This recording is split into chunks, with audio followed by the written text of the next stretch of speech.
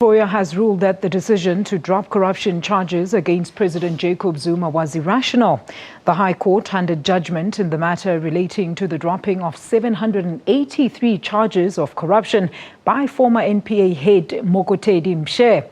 A full bench of the Pretoria High Court ruled that Mpshe acted without consulting the courts when he withdrew charges against Zuma back in 2009.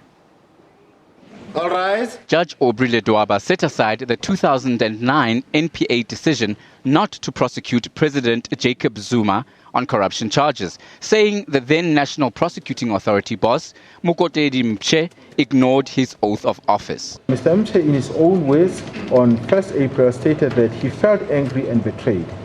It is our view that his feelings of anger and betrayal caused him to act impulsively and irrationally, considering the factors as stated in the preceding paragraphs.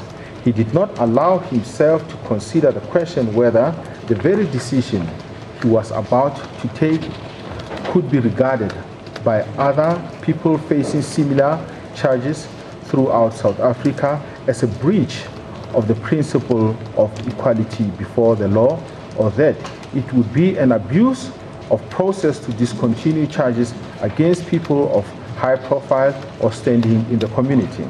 Justice Ledwaba found that he acted out of anger after learning of the so-called spy tape recordings containing politically driven plans to try to frustrate President Zuma's political ambitions.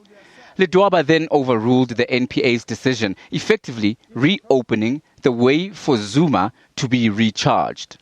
It is hereby ordered: 1. The application succeeds. 2.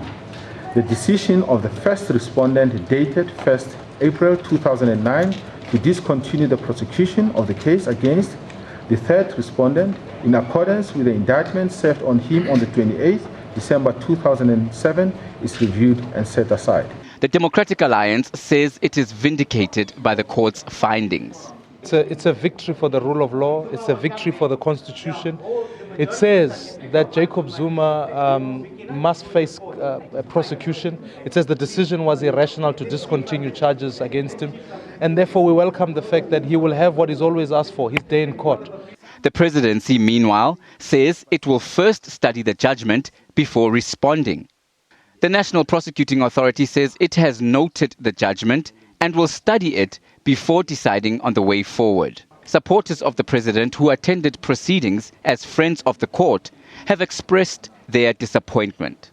This judgment is in serious violation of the South African Constitution, because there must be independence between the National Prosecuting Authority and the judiciary. This is why in a constitutional democracy we have a special section in the South African Constitution which gives power to the National Prosecuting Authority. Now, the problem that the courts have made through the principle of legality as well as this judgment here, it wants the court to be prosecutor and adjudicator. The court cannot sit on two seats. President Jacob Zuma's legal team now has the option to approach the Supreme Court of Appeals in Bloemfontein to challenge the High Court's ruling.